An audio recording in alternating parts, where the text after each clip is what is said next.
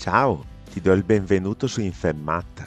In questo tutorial vediamo a cosa serve e come opera la funzione confronta di Excel, che fa parte del gruppo ricerca e riferimento.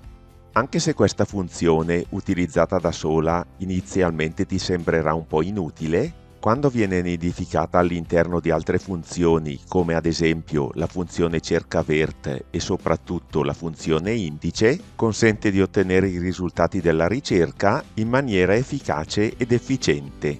La funzione confronta cerca un determinato elemento in un intervallo monodimensionale, cioè un vettore, e restituisce la posizione relativa di tale elemento nell'intervallo. Per impostazione predefinita restituisce corrispondenze approssimative, ma impostando correttamente il suo ultimo parametro può restituire anche corrispondenze esatte. Come vedrai dai prossimi esempi, la funzione confronta è molto più facile da utilizzare che da descrivere. Per comprendere al meglio la sua sintassi, procediamo subito con un primo esempio. Iniziamo!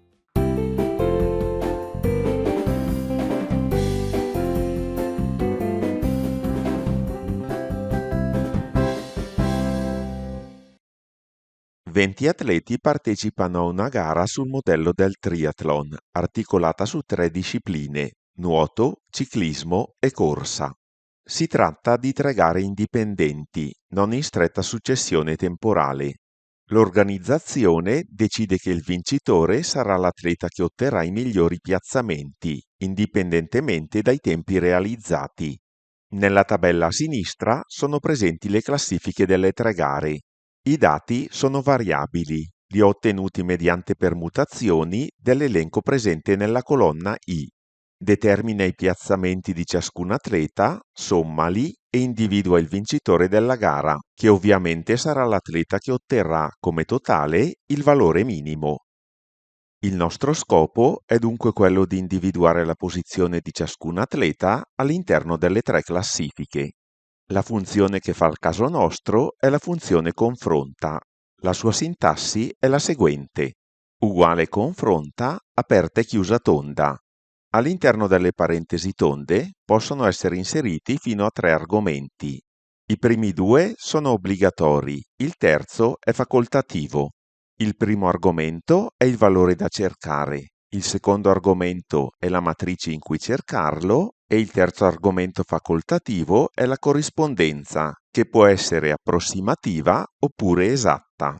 In questo primo esempio analizziamo la corrispondenza esatta. Cancelliamo le formule inserite in precedenza e risolviamo l'esercizio dall'inizio. Ci posizioniamo in cella J2, digitiamo uguale confronta e selezioniamo la funzione confronta, e siccome dobbiamo cercare il piazzamento nella gara di nuoto di Barone Luigi, selezioniamo Barone Luigi, dato presente in cella I2. Digitiamo punto e virgola e come matrice selezioniamo la classifica della gara di nuoto.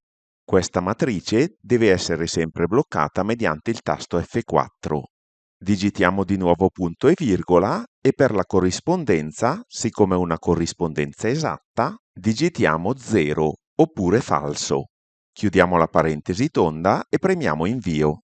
La posizione di Barone Luigi viene immediatamente individuata e copiando la formula verso il basso viene individuata la posizione di ciascun atleta nella gara di nuoto.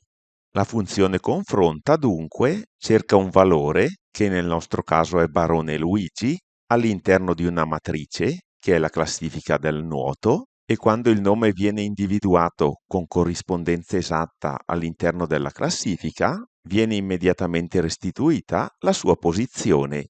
Al posto di ripetere la stessa procedura per le altre 2 colonne, copiamo la formula, qui all'interno della barra della formula, selezioniamo una nuova cella, incolliamo la formula e cambiamo solamente il valore della matrice di ricerca, che in questo caso è la colonna del ciclismo, sempre bloccata mediante il tasto F4, e in quest'altro caso è la classifica della corsa. Dopo aver bloccato questa matrice mediante il tasto F4 ed aver premuto invio, possiamo copiare entrambe le formule verso il basso e qui in colonna M calcolare la somma dei 3 piazzamenti. trascinando la formula verso il basso e applicando una formattazione condizionale regole primi ultimi, possiamo evidenziare gli ultimi 10 elementi e digitare 1 in questo campo di inserimento, formattando adeguatamente la cella contenente il valore minimo. Annullo l'operazione effettuata, poiché ho già svolto questi passaggi in precedenza. Nel prossimo esempio, vediamo come si può nidificare la funzione confronta all'interno della funzione cercavert e vediamo come i dati si possano anche cercare in matrici orizzontali. In tabella sono riportati i dati relativi ai fatturati trimestrali realizzati da 4 agenti di vendita di un'azienda. Selezionando un trimestre nella piccola tabella a destra, fai in modo che vengano importati i dati dalla tabella principale. Successivamente rappresenta i dati del trimestre selezionato utilizzando un grafico a barre. Per ottenere il risultato desiderato utilizziamo la funzione cercavert. Posizionandoci in cella H2 digitiamo uguale cercavert, selezioniamo la funzione cercavert e cerchiamo il valore Bernardi Alessandra contenuto in cella G2 all'interno della tabella dei fatturati che selezioniamo e blocchiamo mediante il tasto F4. Dopo aver digitato punto e virgola, siccome stiamo cercando i dati relativi al primo trimestre, che si trova nella seconda colonna, come indice digitiamo 2 e dopo aver digitato nuovamente punto e virgola, digitiamo 0 per impostare una corrispondenza esatta. Chiudiamo la parentesi e premiamo invio. A questo punto abbiamo ricavato il fatturato relativo al primo trimestre di Bernardi Alessandra, ma se volessimo cambiare trimestre il dato rimarrebbe statico. Nella formula cercavert dunque l'indice 2 deve essere un dato variabile. Lo possiamo ottenere mediante la funzione confronta. Digitiamo dunque confronta, selezioniamo la funzione confronta e cerchiamo il valore presente in cella H1, secondo trimestre, all'interno della prima riga della tabella, che selezioniamo e blocchiamo mediante il tasto F4. Digitiamo punto e virgola, 0 per impostare una corrispondenza esatta e chiudiamo la parentesi tonda. In questo modo, selezionando l'indice all'interno della funzione cercavert e premendo il tasto F9, puoi notare che il valore dell'indice è 3 e infatti il secondo trimestre si trova nella terza colonna della matrice. Annulliamo con CTRL Z e premiamo invio. A questo punto l'indice è variabile e selezionando un nuovo trimestre i dati vengono importati in modo corretto. Siccome ora vogliamo trascinare la formula verso il basso, dobbiamo però bloccare la cella H1 contenente il numero del trimestre, in modo che tale cella rimanga fissa quando trascineremo la formula verso il basso. Come puoi notare, ora tutto funziona correttamente e selezionando questa piccola tabella puoi inserire un grafico con le tecniche viste nel corso Excel base. Prima di passare agli esempi sulla corrispondenza approssimativa, ti voglio far notare che quando la funzione confronta non trova una corrispondenza, viene restituito un errore di valore non disponibile. Questo tipo di errore può essere gestito benissimo utilizzando la funzione se.errore. Passiamo ora ad un nuovo esempio. Visti gli ottimi risultati conseguiti nell'anno in corso, un'azienda decide di erogare un premio di produzione ai propri dipendenti, privilegiando i lavoratori con i redditi più bassi. Pertanto, i lavoratori vengono suddivisi in scaglioni in base al reddito e a ciascuno scaglione viene applicata un'aliquota differente per il calcolo del premio finale. Individua gli scaglioni di appartenenza, applica le aliquote corrette e calcola il premio che spetta a ciascun dipendente dell'azienda. Per calcolare l'aliquota possiamo utilizzare sia la funzione cercavert che la funzione cercax, utilizzando come matrice tabella questo piccolo intervallo sulla destra. Per individuare lo scaglione di appartenenza possiamo invece usare la funzione confronta che ha una sintassi più semplice. Ti mostro la funzione già operativa. Dobbiamo cercare il valore della cella B9, cioè la cella contenente il reddito di Barone Luigi, all'interno della colonna contenente le classi di reddito. Siccome le classi di reddito sono disposte in ordine crescente dall'alto verso il basso, possiamo omettere il terzo argomento della funzione confronta, oppure inserire 1. In questo modo la funzione confronta cercherà 41.488 euro partendo dall'alto all'interno delle classi di reddito e quando troverà il valore immediatamente più grande di 41.488 euro, cioè 50.000, tornerà verso l'alto di una cella, individuerà il 40.000 e restituirà la sua posizione all'interno dell'elenco, cioè la quarta posizione. Dunque, la colonna scaglione non verrà nemmeno presa in considerazione, poiché la funzione confronta ci permetterà di individuare lo scaglione di appartenenza analizzando solamente la colonna redditi.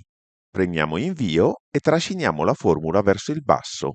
Per quanto riguarda l'aliquota, è sufficiente utilizzare la funzione cerca-vert impostando come valore di ricerca il reddito di Barone Luigi, come matrice di ricerca la piccola tabella qui a destra e come indice 3, poiché le aliquote si trovano nella terza colonna della tabella.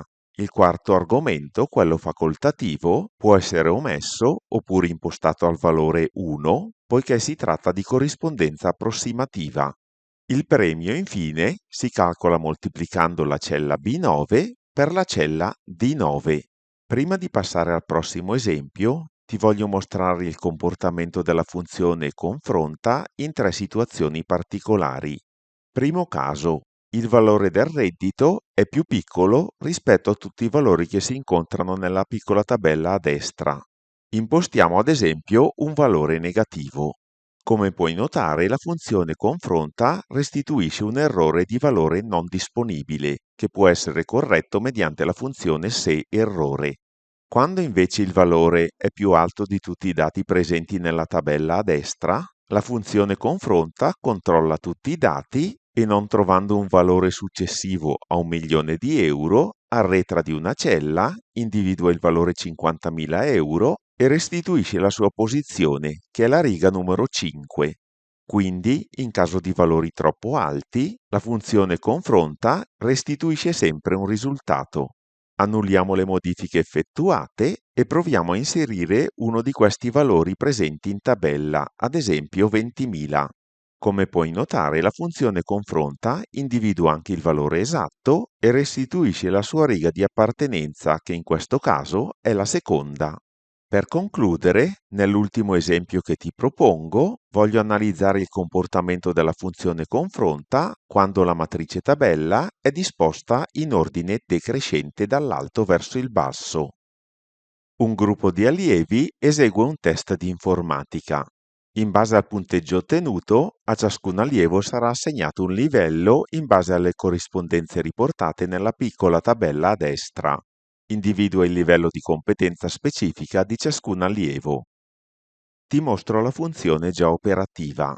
In cella G9, mediante la funzione confronta, prendiamo in esame il valore contenuto in cella B9, cioè il punteggio realizzato da Barone Luigi, e andiamo a cercarlo nella matrice delle classi di punteggio.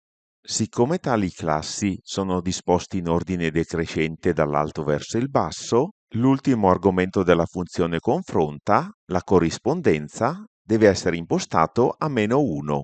In questo modo, la funzione confronta cercherà il 43 all'interno della tabella e quando, scendendo, individuerà il valore immediatamente più piccolo di 43, cioè 40, arretrerà di una cella, individuerà il 60 e restituirà il numero della riga in cui ha trovato il 60, cioè 3, la terza riga. Ti faccio notare che la colonna dei livelli potrebbe essere benissimo cancellata, poiché la funzione confronta prende in esame solo la colonna dei punteggi.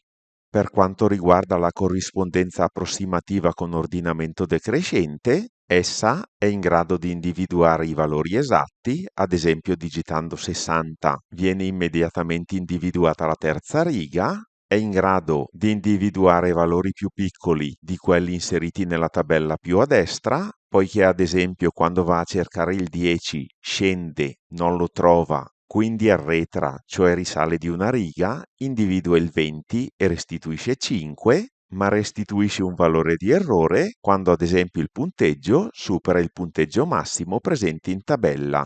Come già detto, questo errore può essere benissimo corretto mediante la funzione se.errore.